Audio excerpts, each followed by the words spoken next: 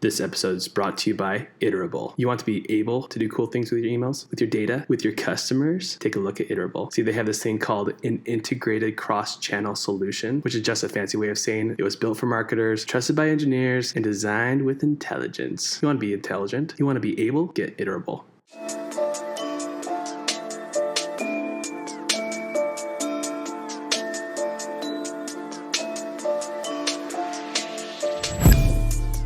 What's up, email geeks? Welcome back to another Feedback Friday. This week with a very special guest that doesn't run a newsletter at all. No, that's not true. I technically kind of run a newsletter. I'm Dan Oshinsky. I run Inbox Collective, a little consulting firm that works with news organizations, nonprofits, and brands and helping them grow their email presence. But I also run Not a Newsletter, which is quite literally a Google Doc where I write a couple thousand words every month around what's happening in the email space and how to get the most out of email. But there is an email alert tied to it. Okay. Also, the other thing, even though it's called Not a Newsletter and I send it out as a Google Doc, I still get daily emails from people telling me how much they love my newsletter. So no matter how much I try to distance myself from newsletters, I can't go too far. I do have a secret suspicion that it actually might be a newsletter.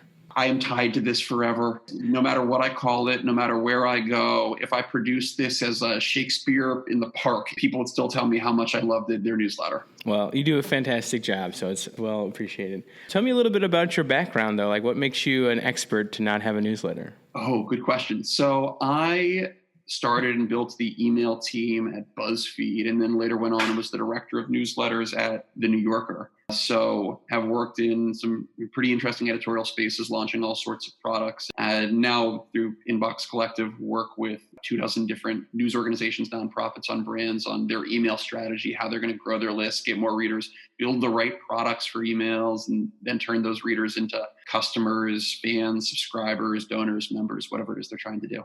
Well, you had a list of some different emails around a welcome series, so I think we could walk through a few of those. Now that you say that you've been on The New Yorker, is this one of the emails that you've made before? This was one that we worked on when I got to The New Yorker. The New Yorker was a fascinating brand because obviously established, incredible history. And they had a lot of success with email, but hadn't had any sort of email strategy. They had just launched a couple different newsletters. I worked with our amazing consumer revenue team there, and that's the team that helps you actually buy subscription to The New Yorker. And we built out a series of onboarding emails. The first is, this is what I call the Hallmark email, because usually the subject line is something that feels like you'd get in the Hallmark section of the greeting card aisle. Thanks, congrats, welcome, hello, some sort of really positive message. And this is the email that goes out right after you subscribe. You just signed up, and we're going to tell you what you can get in your inbox, and then maybe give you a couple different ways to go a little bit deeper with a brand like The New Yorker.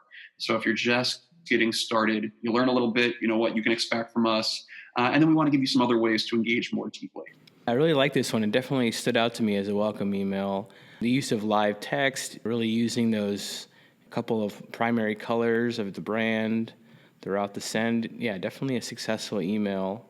This is one, too, where with live text, with very clear buttons, we didn't go over the top. We just wanted to keep the asks pretty clear and make sure that, especially if you're on your phone, this is an email that looks good and renders really nicely. We also really wanted to tie in some of the art that The New Yorker is known for, too, which is fun, and give it a playful kind of different feel. It looks fantastic. So why are welcome emails so important to you? Why do you think they're a good first impression for a lot of brands? One is it makes a first impression. I want to come out really strong in those first couple of emails, the first 30, 60 days, and make sure that I introduce you to who I am, what I'm all about, the people on my team, and start to build a relationship.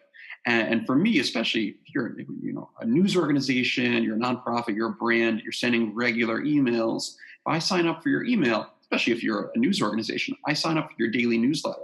Well, I don't really know what that means. Am I getting headlines? Am I getting something curated in my inbox? When is it going to show up? Who is going to be writing it? Just trying to set, using these types of emails, the Hallmark email, to set the tone for the relationship going forward. And also to try to build the habit from day one. So if I know that I'm going to get, an email, when does it show up in the inbox? Who's going to be writing it?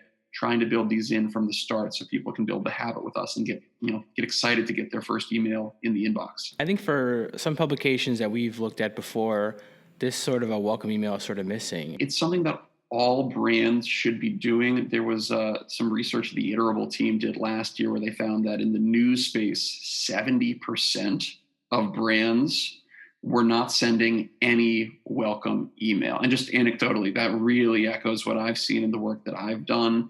So many news organizations, including ones that are pretty big and pretty powerful. You'd be surprised at some of the ones out there that send absolutely no welcome message. You sign up for a newsletter and then suddenly something just starts appearing in your inbox. You don't really know what it is or how to get the most out of it. So this is just a huge, huge opportunity certainly for news organizations, but I think any sort of brand that's doing something with email. Set the tone early on, start building a little relationship, make sure people know how they're going to get the most out of what you're going to be sending them. This one is from Vancouver is Awesome. Yeah, so these are some guys that I've worked with through Inbox Collective. They have a really amazing daily newsletter. And so we did a couple things with this. One is they're a really small team, but they have just amazing personalities. We really wanted to have a positive, fun, upbeat kind of tone, as you would expect for a site called Vancouver is Awesome.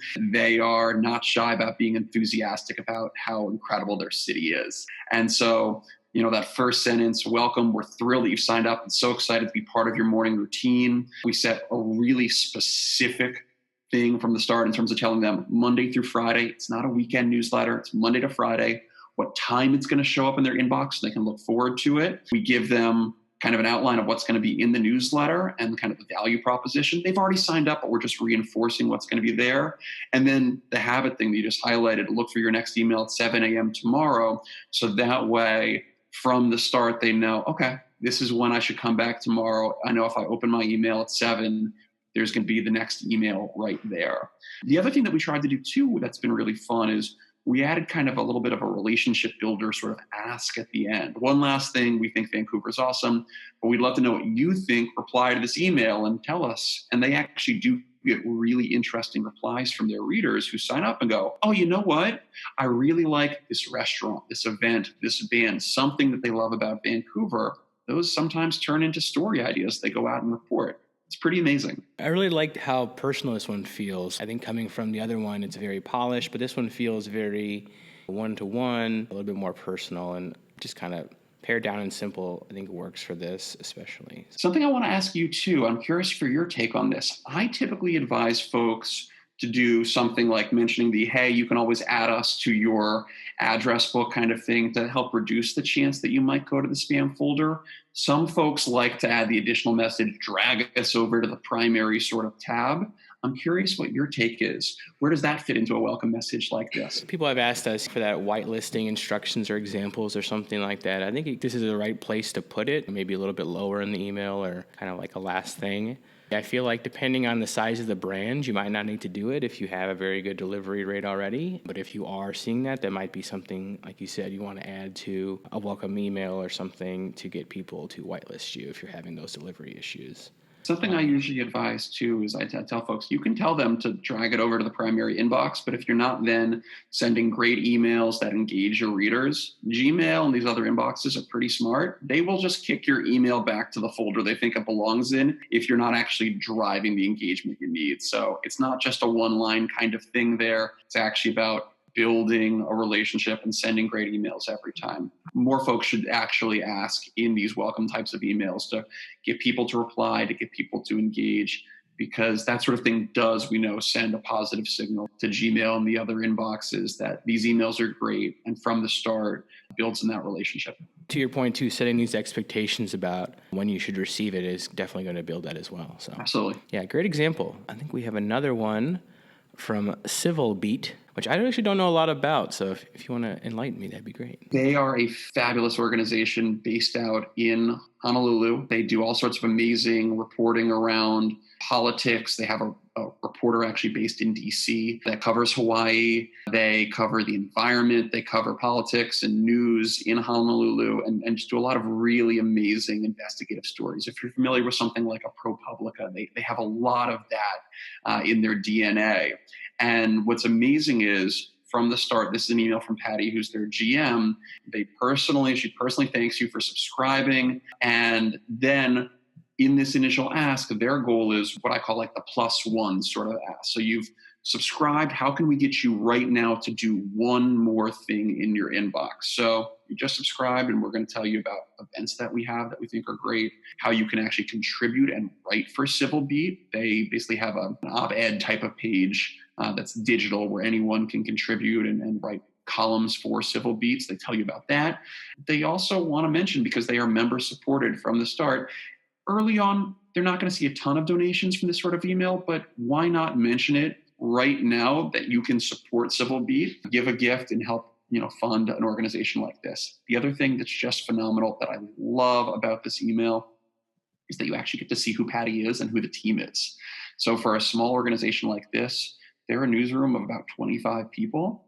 And so for them, you see at the top of the email a photo of the whole team. You see a photo of Patty at the bottom. You get a sense that in this news environment too, people aren't always sure about where their news is coming from, who's reporting it. You actually get to see the whole team right there and see the faces, which I think is super, super powerful. It creates an unusually strong personal connection from that first email. And then they go out and do a series of emails over the course of the first 60 days to continue to introduce you to all the different voices on their team. So you really get to build that relationship.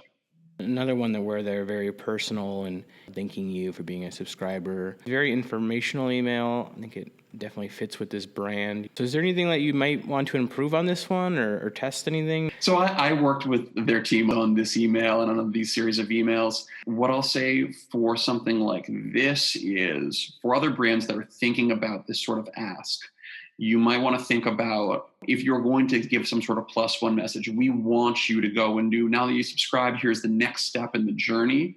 Be really, really mindful about what that positive engagement is. For Civil Beat, something that's a differentiator is they have these amazing events. That was really something they wanted to focus on. They also have a shout out about, Facebook, Twitter, Instagram, that sort of thing too. A lot of brands kind of stop there. Oh, we're on this other channel. I would really encourage a lot of folks out there who are thinking about saying, you subscribe to our newsletter, you could also follow us on a Facebook.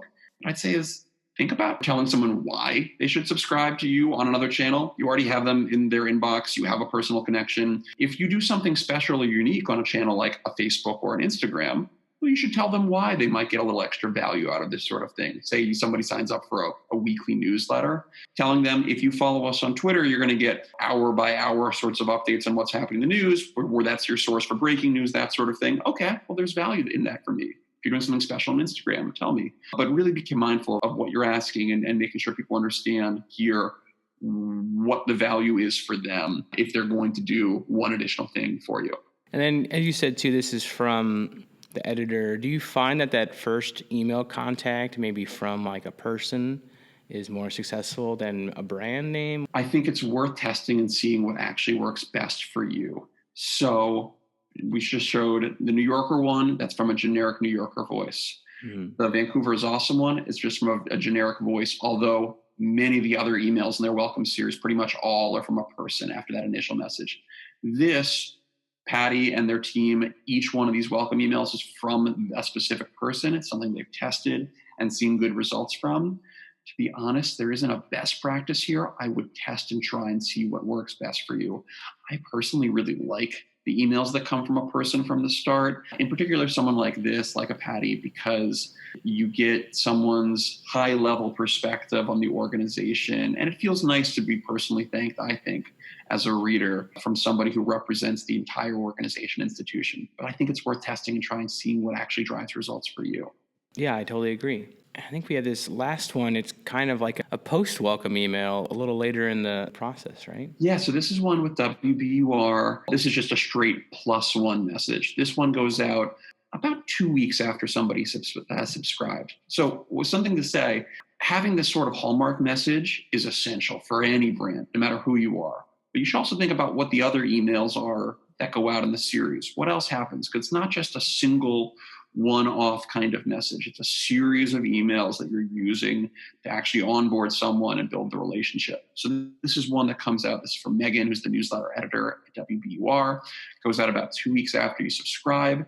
And depending on which newsletter you subscribe to, this one goes out to people on their daily list, which is called WBUR Today.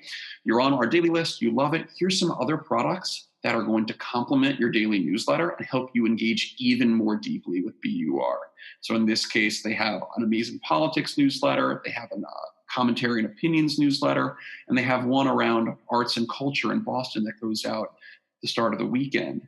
All products that really complement the daily. And so here the goal is, let's take you from one newsletter and see if we can get you on 2 or 3 and engage even more deeply. What they and a lot of other organizations have seen is the more engagement you have, the more likely you are to convert that reader into, in this case, a donor or sustaining member to something like WBUR. So driving that engagement. We have you, you're engaged. Let's see if we can get you on one additional email to really, really build that relationship and make WBUR an essential part of your morning routine.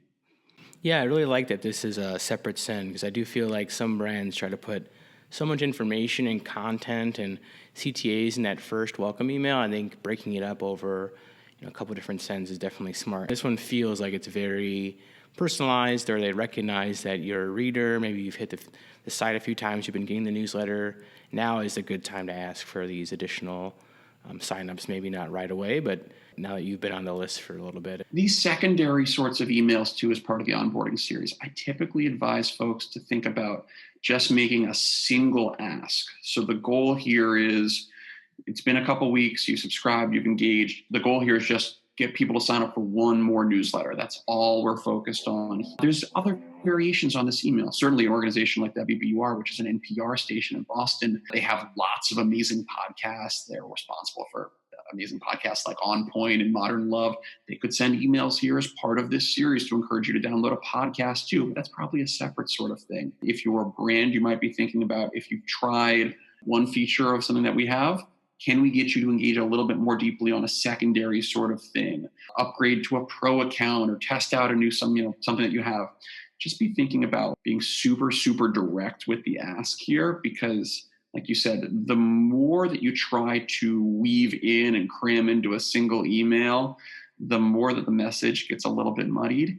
And here it's just a very clear ask. The subject line here is, want even more newsletters from WBUR. And they're just really, really clear that the goal of this specific onboarding email is to get you to sign up for more emails. So all of these came out of a checklist that I built for Not a Newsletter readers. You can go to 2020newsletterchecklist.com and sign up there. While you're there, you can also sign up for Not a Newsletter if you'd like monthly updates from me as well. And I'll share some of my best practices in terms of onboarding, but also other just best practices for authentication, testing, all sorts of good things. I built it. It's free to anybody. I remember seeing that iterable report about 70% of news organizations not having an onboarding series, and thought, there's an opportunity to teach and learn and share some of this. My goal is, at the end of this year, I don't run into any more news organizations. I don't run into any more brands who say, oh, no, we don't send a welcome email. That's not important to somebody like us. Like, I want, the next time there's one of these reports, I want to see 100% onboarding penetration across the marketplace. So 2020 newsletter checklist, sign up, and I'll send you some resources to help get started on onboarding, authentication, and a couple other great things for you in 2020. I think there's a lot of actionable little tips and tricks in there, so definitely give it a download. Another plug for your email newsletter. It's like the secret sauce. Everybody, it seems, loves it so much. So definitely give that a follow. Well, that one just comes out monthly, right? It comes out once a month, usually the middle of the month. And if you go to notanewsletter.com, it'll redirect you towards the Google Doc. So you can go and read it and be one of the many anonymous quokkas and rabbits and all sorts of weird Google Doc animals that appear in the top right corner when people are reading it. Also, I will make a plug just to make sure that we go full circle with this. When you sign up for Not a Newsletter, you get my onboarding series. And in one of those emails, one of the resources that I say is, Not a Newsletter isn't enough. What you really should be doing is subscribing also to the Really Good Emails email. Well, of course. Email too. So we can send people full circle through. Okay, yes. Definitely. Awesome. Well, thanks so much for taking the time today. It's a lot of fun. Yeah. If you have any feedback on the series, please leave a comment down below. Hit subscribe to keep up with future episodes. Thank you for giving a listen and letting our sponsors know you love really good emails. Here, shake hands with danger.